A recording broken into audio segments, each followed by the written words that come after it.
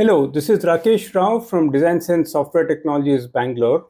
In this video, I'm going to tell you about a new feature which was introduced in BricsCAD version 24.2.07, and this is going to be very useful to a lot of people, especially in the mapping and GIS industry. BricsCAD can now live stream ESRI maps. Now, ESRI is Environmental Systems Research Institute and is a very trusted map producer, something similar to Google.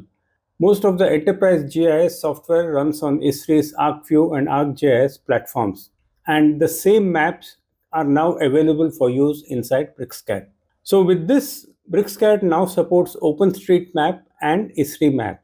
OpenStreet is a freeware map producer, while ESRI maps are something like the industry standard. Earlier, Bing maps were supported in BricsCAD.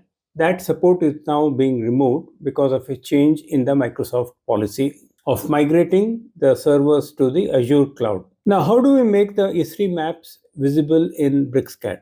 So first, you need to open a drawing which is in your preferred coordinate system. Now, in India, we use UTM.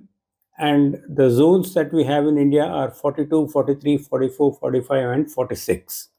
And most of India is covered by 43 and 44, the central part, the north-south corridor. 42 and 45, 46 are on the extreme west and extreme eastern parts of India.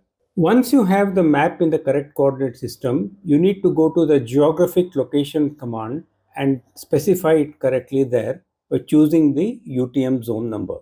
Once that is done, you can use the geomap key command to enter the ESRI map key that you have got. Before you can start using the maps, you need to register on the ESRI website, and the URL is provided in the Bricsys help as shown here. Once you finish the registration, you will get a key which you have to copy and paste into the geomap key command. Registration is easy. I was able to finish it in just about 10 minutes. You may see some strange terminology like developer API, creating a map key, and all that. Don't get stressed by that. It's a simple process and it's used by the end user and not for any development purposes. Now, ESRI's terms and conditions say that you can use up to 2 million tiles per month at no cost. Now, in my opinion, this is more than enough for most of the people, as most of us are using maps only to check and do some quick analysis. I have been using ESRI maps for the last 10 or 15 days and there has been no issues so far. Next, you must use the geomap command to actually serve the map or actually live stream the map.